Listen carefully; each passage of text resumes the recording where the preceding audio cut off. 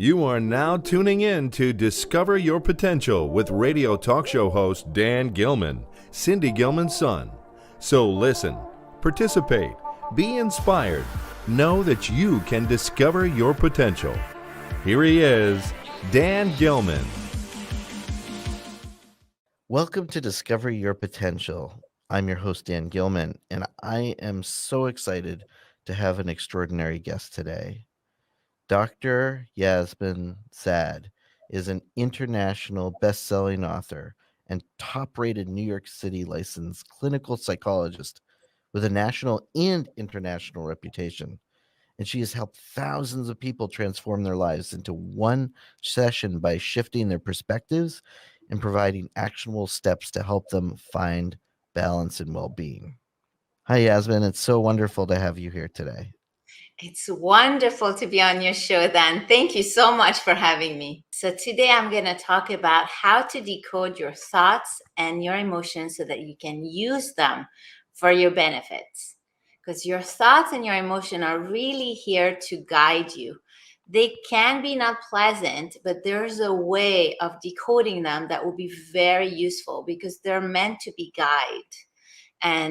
But most people don't know how to decode them in order to use them for their benefits. So I'm excited to talk about this. Yeah, I am too. So where does one begin actually? So if somebody's, they could be angry, they could be really upset and saddened, and actually in life in general, and we've talked about this in other shows too, they just don't have a desire to keep going. It's like, oh, it's life. How do you change that and make that into a positive? Or where does somebody begin? I guess that's the question. Yes. Well, I love that. Every single emotion have a message for you. So if you start with the idea of desire, that life is heavy, you want to think about life is heavy. What is the message for you? So you want to look at, okay, what is heavy for me? How am I operating internally that brings me heaviness? Most people whose life is heavy, they have started at a place of effort. If it's heavy, it's effort. Therefore, you're operating in your life from a place of effort. And usually it's a place from responsibility. So you're not really following what you want to do and what your heart craves. You're following like heaviness. You're following responsibility, duty. And there is a way of rebalancing that. And you want to continue to be responsible and dutiful and do what's right by you. But you need to bring a playfulness. You need to bring something from the heart in it. So the moment you have a certain negative emotion, usually that means you're a bit off balance. So I will repeat, in this case, in the case of things feels effortful, that means you are going in a route of responsibility, morality, doing. You're pushing yourself against your will. And your will is actually like filled by desire. Usually when you have desire, there's no will, there's just enjoyment. You do what you want and there's no need for will.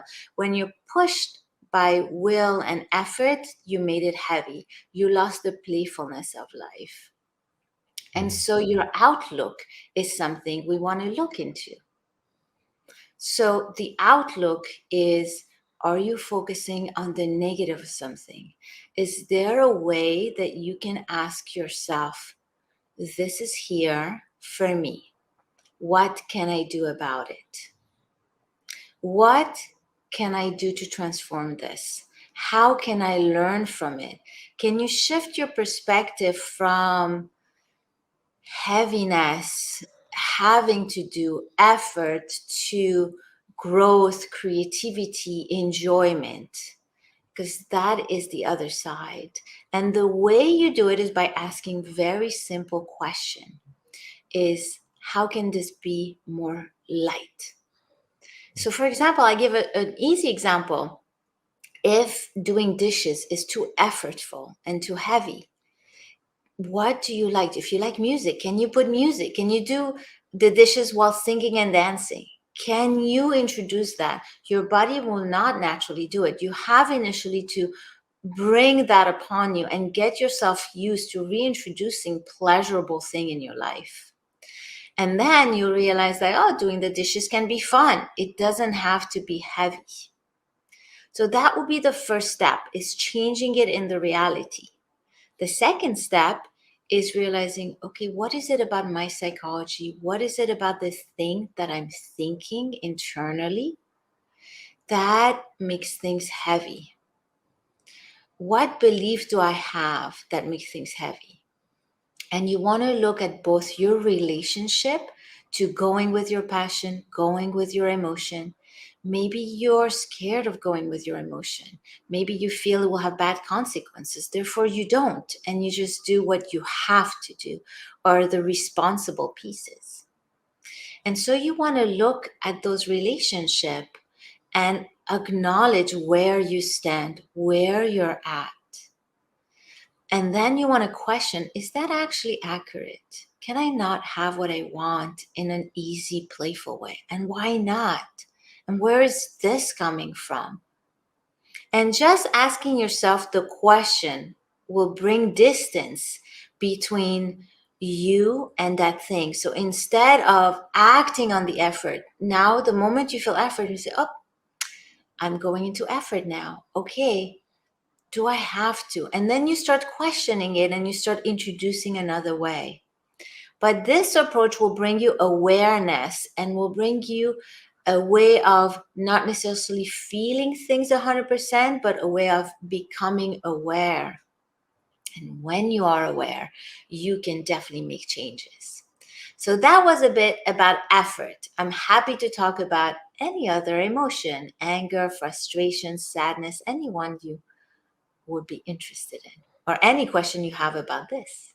I'm just going to harken back. So if I, for example, went and walked my dog or did, mundane exercises for life actually, and just said, "Oh, I have to do this today," instead of it changing your mindset and saying, "I get to do this today," or is that what you're referencing? So you're shifting the way you're thinking about, "Oh, I have to go and do, I have to work today," or something, and it's just the same, but you like more like, "Oh, I'm alive. I'm getting to get up, and you're changing the mindset of and the positivity of the action." Yes, but so this is such a good question you gave me. Let me tell you, what you brought right now is a perspective that some people have, that you change negativity into positivity, but almost by forcing it upon you. You know, Mm, so it's like you're not in a place of feeling that you get to do this. You're in a place of feeling it's heavy. So what you offered is just a bit of forcing oneself, like to change mindset, to think differently. That's not exactly what I'm offering, I because see. in that you lose the message. In the heaviness, there's a message of how you are out of balance. So you want to more ask yourself the question, I'm feeling heavy right now. What is making me heavy?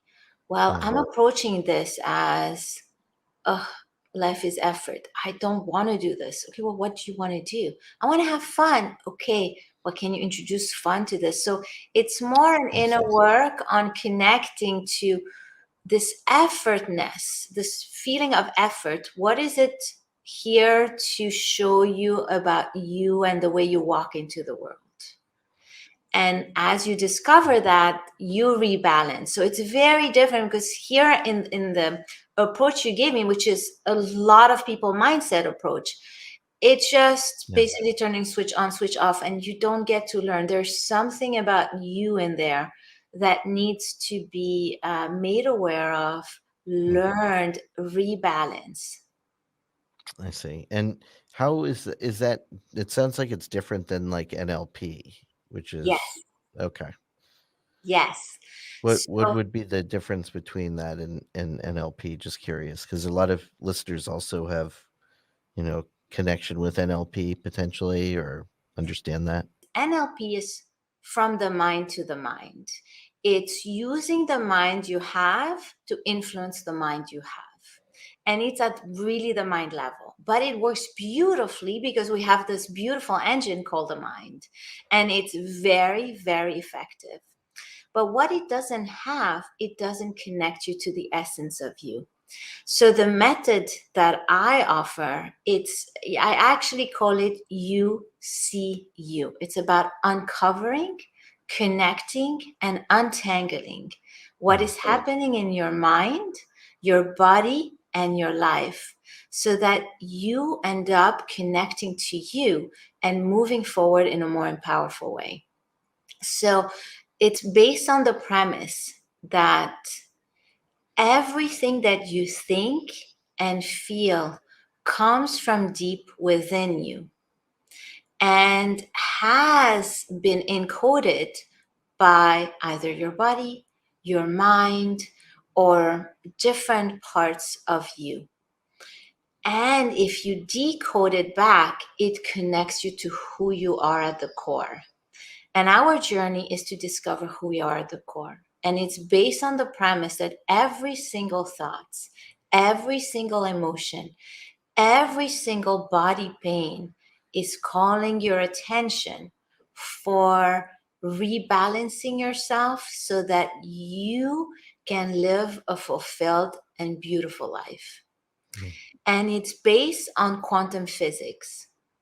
It's based on the fact that you are an energy being, and that energy always push towards better, towards growth, towards rebalancing, towards the best, beautiful equilibrium that can be.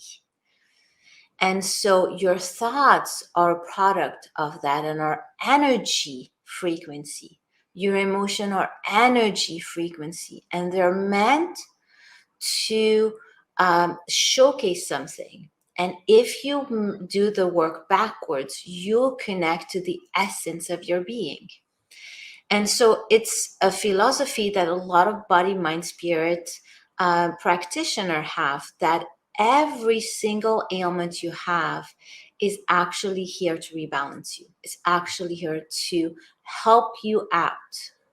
What I've discovered is people don't know how to decode those. People get stuck in negative emotion. People get stuck in physical pain, emotional pain, and they don't know what to do. So I start with helping your mind understand, because, at the end of the day, your mind filters everything. It filters your physical pain, your emotional pain, your thoughts. So I start at the mind, but I am not operating at the mind level. I am bringing you back to who you are. And when we do that process, people leave feeling hopeful and empowered, because who you are at the core is something so beautiful and so special. And that depression, that anger, that effort is only here to show you a tiny bit where you went astray and where you have to go. And so it's connecting you to your desire, to who you are. That brings me back to you mentioned different emotions. I'd love to chat with you about, there's a lot of people that have gone through loss right now, especially now, and gone through loss before. And that's brought on a lot of sadness and a lot of grief and a lot of pain. And one thing I'd love to chat with you about is sadness. And also, there also brings other emotions like anger. I know you brought that up. So, and then we can go into, obviously more less painful and resonates with happy. But some of those emotions would be great and kind of apropos right now, especially because people are still going through so much. Millions of people lost their jobs. A lot of people don't know what to do. Beautiful. I'll take each one. So I'll start with what you said last, and I'll walk myself back. So you talked about shifting your energy, shifting your soul, shifting who you are. You actually don't shift. You more unpeel to get to know. Who you are is beautiful. Your energy is beautiful. There's nothing to shift. What needs to be shift is the mind, because and how it's reading the signs of your energy, and how it's reading the signs of who you are, and how it's reading things. So that's what I'm going to be able to help you, because The mind, like basically Les Brown has a quote, where focus go, energy goes. And it's so accurate. And so the way you look at things determines how you're going to feel, and determines what you interpret, and determines your growth, and determines how connected you are to you. So I offer a method that helps you read what's happening within you and outside of you in a way that you get in touch with the beauty of you and the beauty of life. And so behind loss, there is a beautiful, loving connection. And if you can connect to that, you connect to love. And so I'll go back a bit to what you said. I'll talk now about grief, and then I'll talk about how can people find me. So in the grief process, I have a bit two hats. I have, a Western psychology hat, that gives you stages of grief, and you can enter each stage at one time or together. There's the first stage that is denial, then this anger, why this happened, and then there's sadness, and there's this acceptance, and then you move on. Those are the typical stages in grief. Now, the idea those stages are filtered by the mind, and you can totally have a different processing of grief. Most people, when they have a loss, they naturally go into what they miss, because their mind always look to what is missing in order to solve a problem. So let's say you lost a mother and you're missing a motherly affection, a guide. You're going to think about everything you're missing about that person. But in reality, what you want to look is, what is you're missing? What is you're missing? You're missing what the person had as a function for you, what they served. And it's meant to show you this so that you end up creating it for yourself. So the mind goes into what's missing so that you end up creating that within. And so there's something beautiful about loss when it's processed naturally, that it's meant to enhance you. Loss, you want to think about it like as a little bit as a cup that got emptied so that it can be refilled. And when it gets empty, we look at all the good that was missed and all the potential that was not accomplished. Some people have complicated relationships, so sometimes there's a lot of regrets and a lot of what has not happened. But in all cases, when you have those thoughts, it's for you to continue that path, but within yourself. So if you can look at every thought you have around loss, write them down. What is exactly you're missing? And what does it mean about what you need to do internally? Because it's really about connecting you to something that is dear to you, that because it disappeared in the physical world, you feel it disappeared. And your mind is constantly looking at it for you to recreate inside. So there's so many different types of grief. So some people, they miss the warmth, the beauty of the person, because they themselves, within themselves, don't have that love for themselves. And let's say a loved one brought that love within.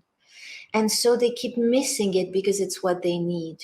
You miss what you don't have inside.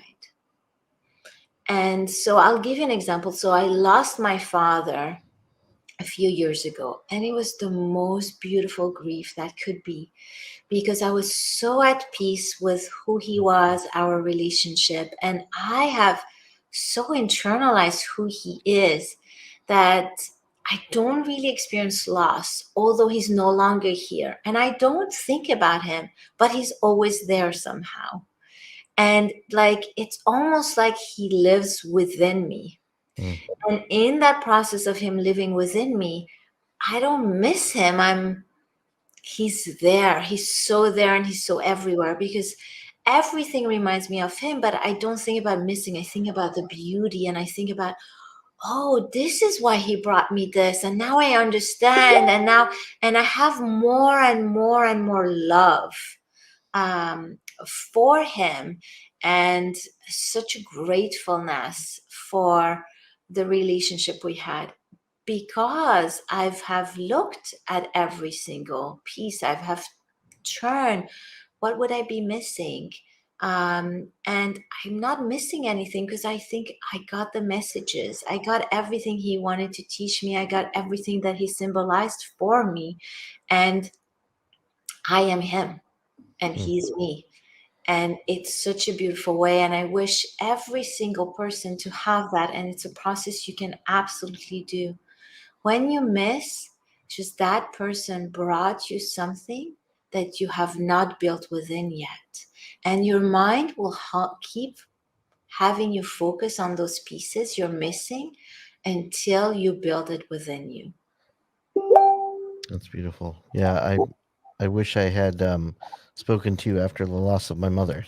So I'm still going through the process of grief, actually.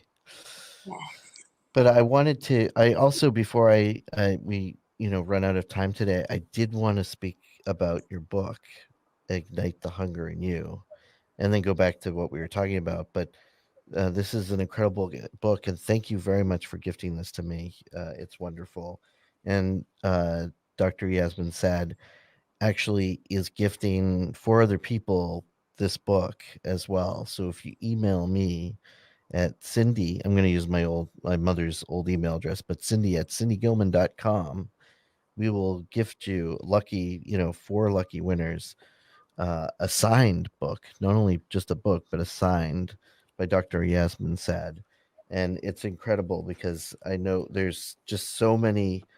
It's incredible, this book, because it's got so many different authors in it, but also uh, I'm trying to find what page number you're on. Sorry.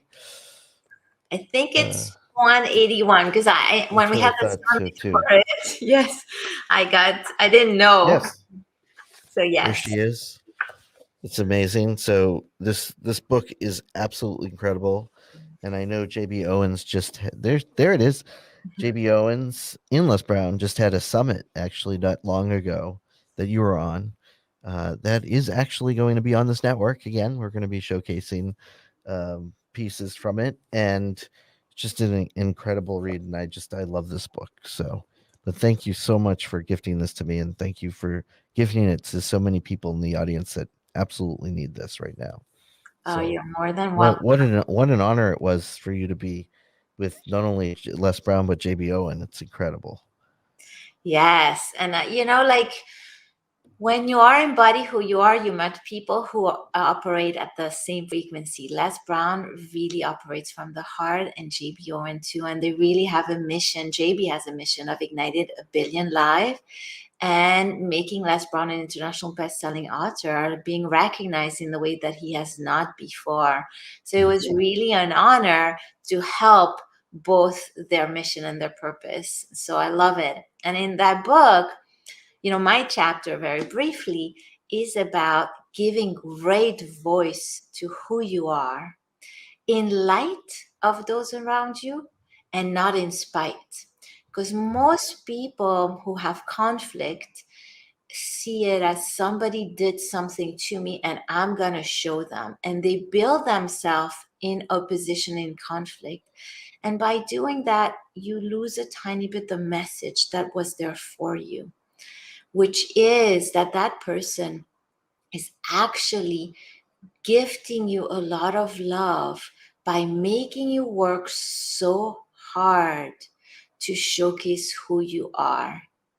I always say the person who hurts you shows you that you can be hurt and pushes you to do some internal work so that you no longer be hurt. So in some ways, there is love behind it. But if you focus on the hurt and the pain and that this person was bringing you back, you will never see the gift that you can be thankful for somebody who hurts you, because they show you something within you that needs to be tweaked. Because in reality, when you are so at peace with yourself and so embracing all the beauty of who you are, with all your vulnerability and all the things that need to be tweaked, nobody can really hurt you. Nobody can say something because it doesn't go in. And I usually use a particular example about that. Like if I feel pretty and you tell me I'm ugly, I'm going to be like, oh, that person's having an awful day. I don't know. And they're in a bad mood and trying to bring me down. It's not going to affect anything of me and not going to hurt. But if I have doubt and you tell me that I'm ugly, I'll be like, maybe they're right. Maybe my nose, maybe my mouth. Maybe I should do some nose surgery. There's something really awful about myself. And it starts coming inside and it starts doing some internal work. And if I really believe I'm ugly, I'm going to be either so upset with you or so upset with myself. I'm either going to be, how dare you tell me this? Or I'm going to be like, oh my God, I'm so ugly. It's horrible. And so people can only do to you what's already inside of you. So when somebody does something that upsets you, it's because within yourself, there is something that can be upset.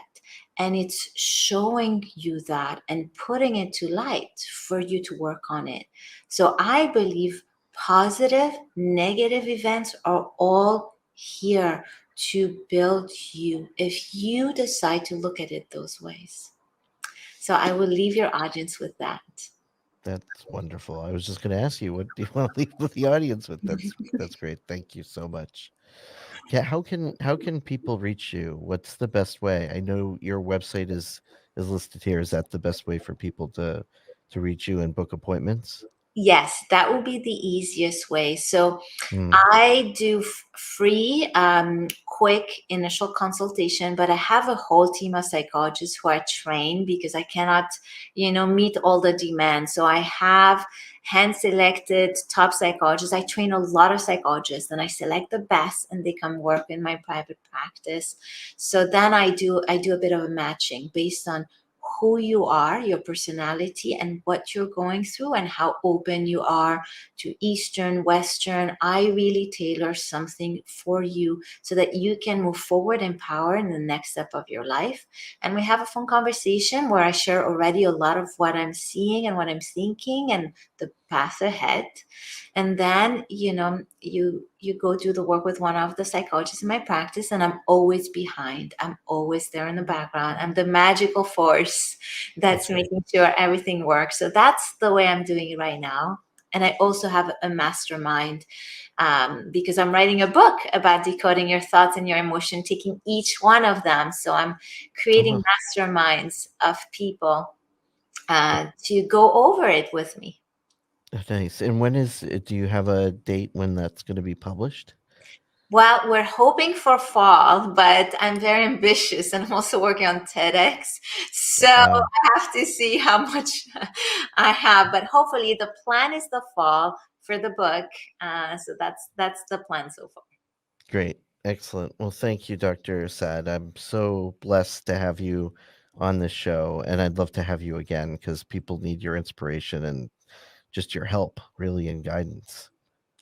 Well, it's my pleasure. It's my mission and purpose. And so I love doing this. And I'm so grateful for you for having me on the show. And I'm giggled inside of how you're taking over your mother's show and becoming her. And I'm so grateful for you embracing your path and your mission. So thank you. This is Cindy Gilman, and you're listening to Discover Your Potential. So until next time, do something nice for yourself, but do something nice for someone else.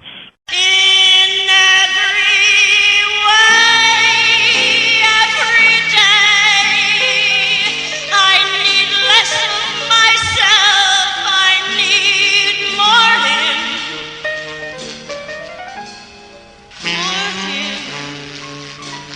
'cause his is the only